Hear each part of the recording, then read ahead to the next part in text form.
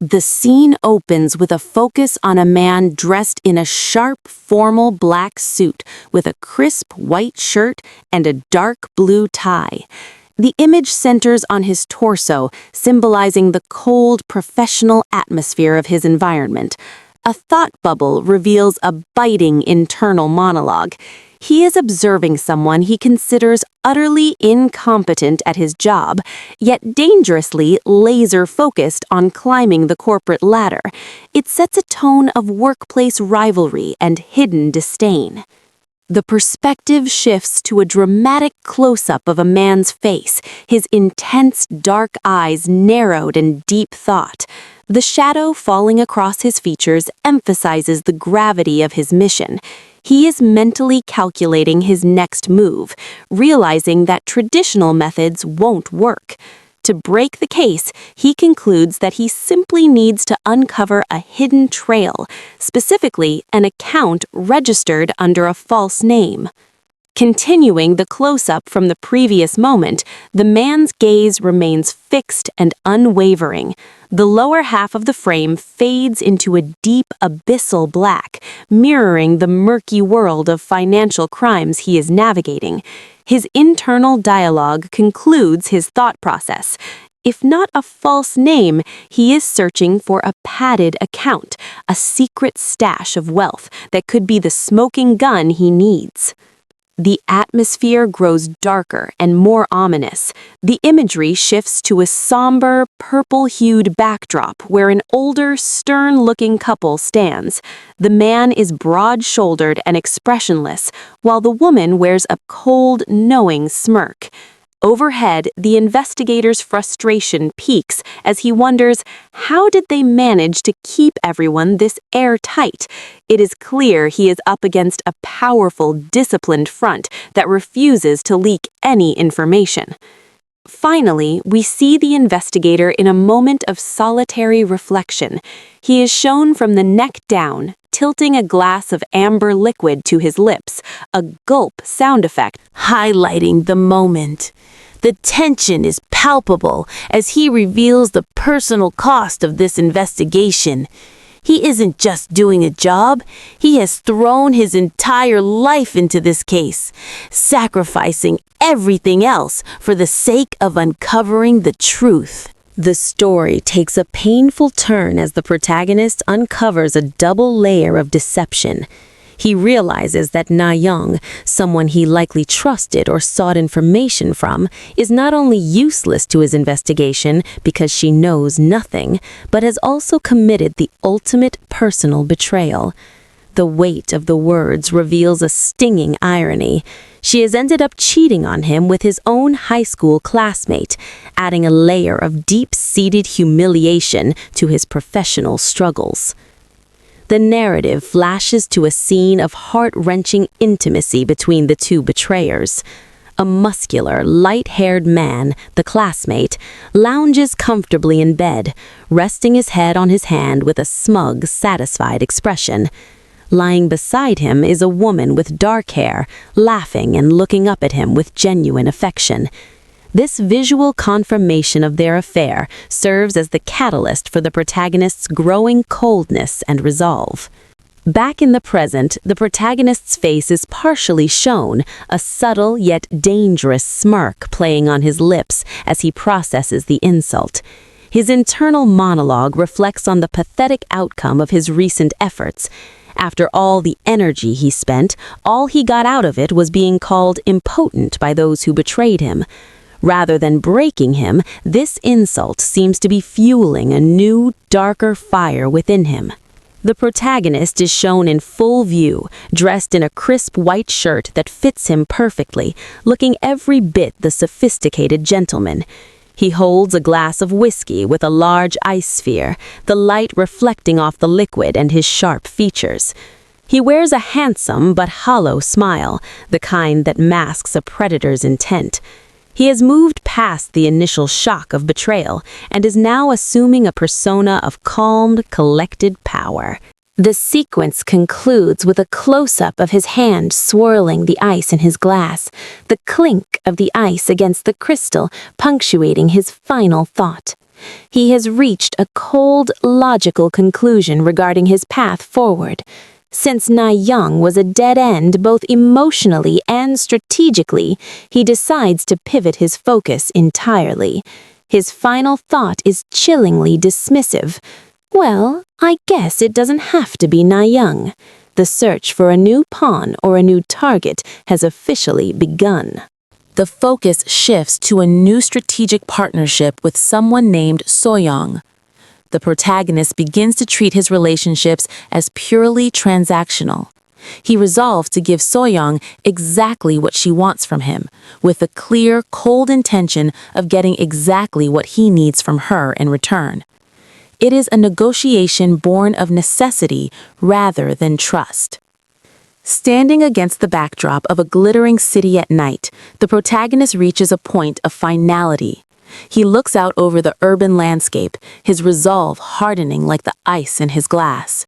He tells himself, "That's enough," signaling the end of his period of suffering and the beginning of his active retaliation. The narrative introduces a visual of the woman Soyoung, who seems to be a central figure in his new plan. She has long, flowing reddish-brown hair and is elegantly dressed with a large jewel at her collar. Despite her beauty, she appears vulnerable. The protagonist notes that she has big eyes that seemed full of fear, suggesting she might be easy to manipulate or is already caught in a difficult situation. The tension builds as the protagonist waits for his new contact to make her move. An image shows a woman's hand, likely Soyoung's, delicately holding a cigarette. The question hangs heavy in the air. Will she come? It is a moment of anticipation where the success of his new plan depends on her arrival. The sequence ends with a focus on the protagonist sitting in a plush chair, his posture relaxed but ready. He is shown from the waist down, his white shirt contrasting with the dark trousers and the purple-hued city lights in the background. He is the predator in wait, calm and certain that the pieces of his new game are finally falling into place. The silence is suddenly broken by the sharp, ringing sound of a doorbell. Ding dong! A close-up of the protagonist's lower face shows him mid-sip from a glass of whiskey, the sound signaling that his wait is finally over. The guest he anticipated has arrived right on schedule. As he prepares to greet her, a small, knowing smile spreads across his face. He finds her presence and her predictable arrival fascinating. He thinks to himself, "What an interesting woman indeed," acknowledging that she has become a piece on his chessboard that he intends to study and use to his advantage. Standing tall and looking every bit the sophisticated elite, the protagonist holds his drink with practiced ease. The city lights shimmer behind him, reflecting the high society world he navigates with such calculated precision. He is no longer the man being mocked. He is the man in control. As he rises to meet her, he wonders about the facade she will present this time. His thoughts are clinical and detached. I wonder what kind of face she'll put on today. He knows that in their world, everyone wears a mask, and he is eager to see which one she has chosen for their negotiation. The sequence ends with the heavy, purposeful sound of his footsteps, clump. As he walks toward the door, the frame focuses on his dark trousers and the sleek door of the modern apartment. The stage is set, the players are present, and the game of mutual manipulation is about to begin in earnest. The silence of the room is suddenly punctured by a sharp, rhythmic creak as a heavy door swings open. Emerging from the shadows is a woman whose presence immediately commands attention. Only a glimpse of her is visible at first. Her long, wavy auburn hair cascades over her shoulders like silk, and she is dressed in an elegant, off-the-shoulder cream outfit. The deliberate movement suggests someone who is not just entering a room, but making an entrance. Across the room, the man is caught completely off guard. He stands frozen in profile, his sharp jawline tensed as he processes the sight of the woman he likely didn't expect to see. His dark, neatly styled hair and crisp white shirt give him an air of professional authority, but his wide-eyed gaze betrays his internal shock. The world seems to slow down for him as the reality of her return begins to sink in. As she steps fully into the light, her face is revealed, marked by a look of calculated composure. Her eyes, a striking shade of reddish hazel, fixate on her target with an intensity that is both beautiful and chilling. She wears a delicate gold earring that glimmers under the ambient light. With a faint, knowing smirk playing on her lips, she utters the words that break the tension. "We meet again." The greeting is simple, yet it carries the weight of a complicated history. The man turns slightly toward her, his expression shifting from pure shock to a mixture of wariness and irritation. A small twitch near his eye reveals his growing agitation. While his face remains a mask of stoic, handsome features, his inner thoughts are racing.